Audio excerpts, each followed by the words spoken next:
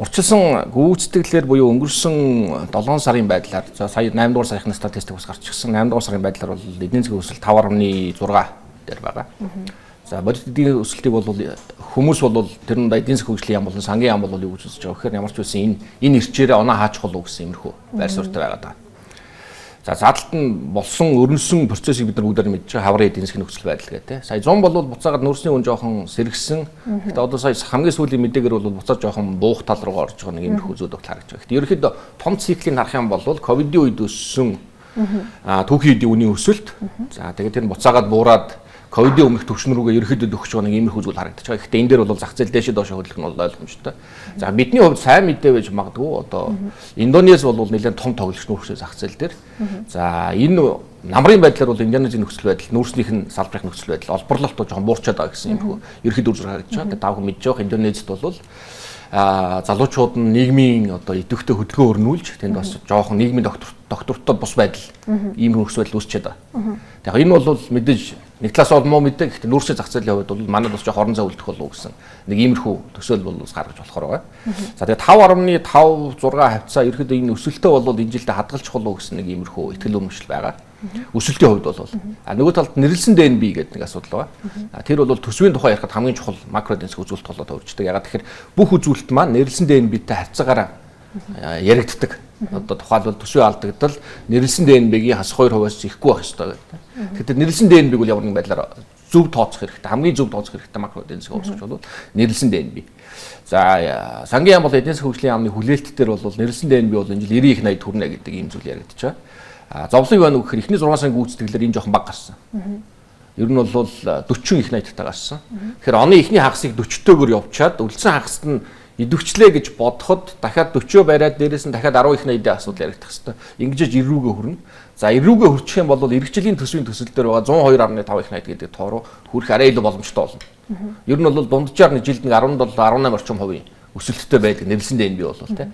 Тэгэхээр 88 9 хүрчих юм бол тэгээд эх жил бүх юм өмнөх одоо тий жишгээр ингэ атах явчих юм бол 102.5 их 80 руу бол төгөх болов гэсэн иймэрхүү байдалтай. Тэхгүй бол гэдэг нь энэ жил 90 хүрч чадахгүй бол эх жилийн 102.5 маань бас нэлээд эсэлт орчих гээд байна.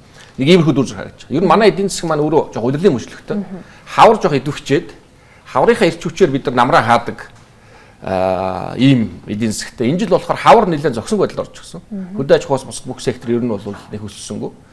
Хавар зогсонгүй байдалд орчоод зундаа жоох идэвхчээд намраа идэвхчээд тэгээд оноо хаана гэж бодоход хуучныхаа нөгөө идэвхчлээрээ явдаг тренд маань бол тэр инерцээ бол гүйцэхгүй магадгүй болов гэсэн ийм эмзэглэл яваад байна. Тэгэхээр миний одоо хувийн байр суурь болвол бид нар доктортой байдлын зүгээс улсын хурал дээр бас нэлээд танилцуулаад явж байгаа. 102.5 их 80 дээр бол жоохон эрсдэл байна шүү гэдэг зүйлийг бол нэлээд ярьж байгаа. За бусад тооцоонууд бол нүүрсний үн $70 90 сая тонн гэдэг иймэрхүү юмд бол бас нэлээд нийгэм нэлээд яригдж байгаа зүйлүүд л те. Дээрээс нь алдагдал бас явж байгаа те. Энэ чинь 1.6 их 80 орчим алдагдaltaй төсөв. Энэ төсөл бол өргөн баригчаад байж.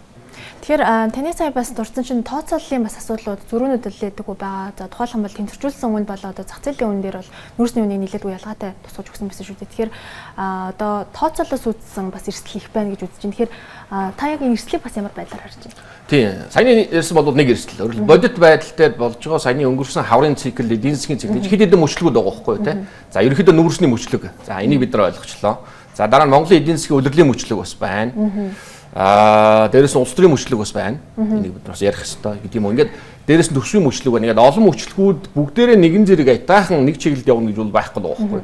Нэг нь дээшээ, нэг нь доошоо, нэг нь дээшээ, нэг нь доошоо ингээд явж байгаа. Энтэй холбоотойгоор тооцоол эрсдэл үүсэх боломжтой байна, магадaltaй байна, өндөр магадaltaй байна гэдгийг бид нар хэлж байгаа. За тэнцвэржүүлсэн үнийн тухайд бол бид нар энийг өмнө нь хэлжсэн ямархуу зүйл уусчаад байгаа гэхээр ялангуяа нүүрсэн дээр манай төсвийн доктортой байдлын тухай хуулийн дээр нүүрсэн тэнцвэржүүлсэн үнийг тооцохын тулд дэлхийн зах зээлийн үнийн өнгөрсөн 12 жилийн динамик дээр 12 19 жилийн динамик дээр 50% жин өгөөд ирээдүйн прогноз дээр 50% жин өгөөд энэгээр тооцдог ийм аргачлалыг хуульчлаад өгсөн. Тухайн үед хууль анх гарч байхад магадгүй тэр үнэхээр зөв байсан байх. Тэгэхээр бид нар өөрсдийн үнийн одоо юу байсангүй те одоо дата байсангүй.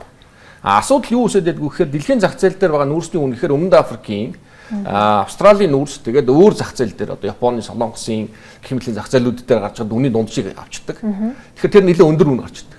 Магадгүй 100 гаруй доллартай, 200 доллартай. Танаа Bloomberg терминал дээр байдаг үн ч гэсэн нэлээд өндөр байгаад байдаг шүү дээ. Гэтэл бидний зардаг үн бол 70, 60, 130 өсөөд нэг иймэрхүү багцаатай явдаг. Тэгэхээр нөгөө өөрсдийнхөө зардаг үннийг тэр тооцоонд оруулахгүйгээр дэлхийн зах зээлийн үнийг тооцоочхоор тэнцвэржүүлсэн үнийх өндөр гарч чаддаг.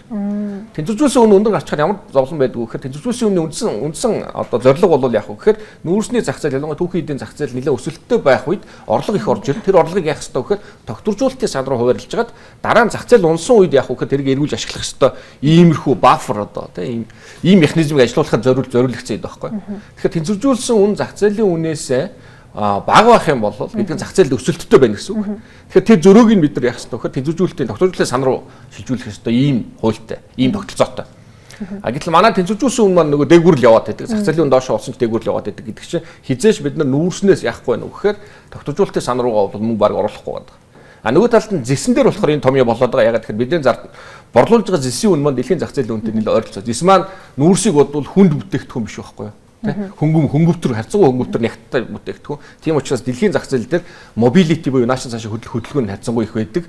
Тэгээд зах зээлийн үн бол харьцангуйгаа одоо энэ тэнд үнийн зөрүү бол харьцангуй бага. Нүүрс бол тийм биш. Урд нэг үн байна, Өмнөд Африкт нэг үн байна гэх мэтчил.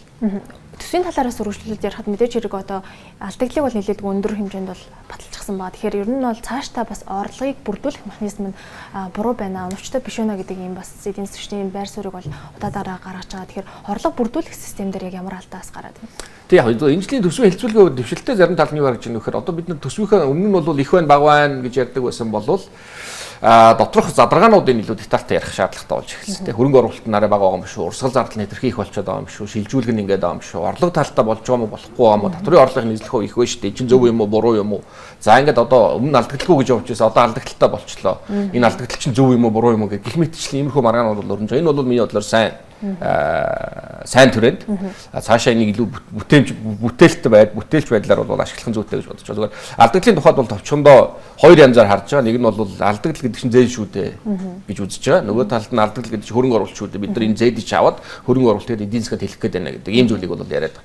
Тэгэхээр мэдээж энэ цаашаа нарийн ярихаар аль нь зөв. Нэг талаасаа зээл мөн үгүй мөн нөгөө талаас дээр зээлээр хөрөнгө оруулалт хийх оролж байгааг л оролдож байгаа. Түрүү өөрийн чинь уншаад байсан тэр хөрөнгө оруулалтын төслийн задлал ерөөдөө бол зээлийн ашиглалтууд явж байгаа. Тэгвэл тэр зээлүүдийг одоо үнэхээр бид нар авж байгаа зардал дээр нэмээд эргэн төлөх зардлаа нэмээд тэр хөрөнгө оруулалтаас орж ирэх орлогоо тооцоод үзэх юм бол ашигтай байна уу үгүй байна уу гэдэг дээр бодох ёстой. За дараа нь тэр зээлийг бид нар үнэхээр тэр хөрөнгө оруулалтын төслүүдээ өмнө болоод байсан муу жишгүүдийг даваад зам барилга байшингуудаа хугацаанд нь чанартай бүрэнгүй үүсэд ингээд хэрэгжүүлж чадахгүй юу гэдэг бас бодох хэрэгтэй. Ингэж чадаад тэгээд тэр нь ашигтай гарч явах юм бол одоо тэгээд зээл аваад ингээд явдаг иймэрхүү зүйл бол бас байж болно тий.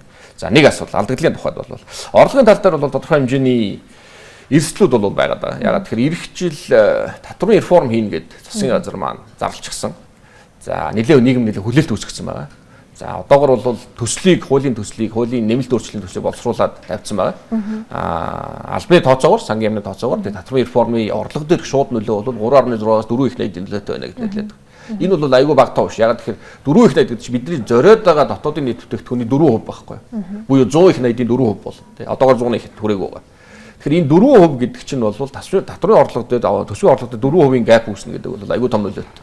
Нөгөө талд нь зарлага талын мөнгө хэмжээгээр тохиргоо хийж чадахгүй байх тохиолдолд бол энэ дахиад төсвийн эрсдлийг нэмэгдүүлэх гэдэг ийм хүчин зүйл болох гэдэг.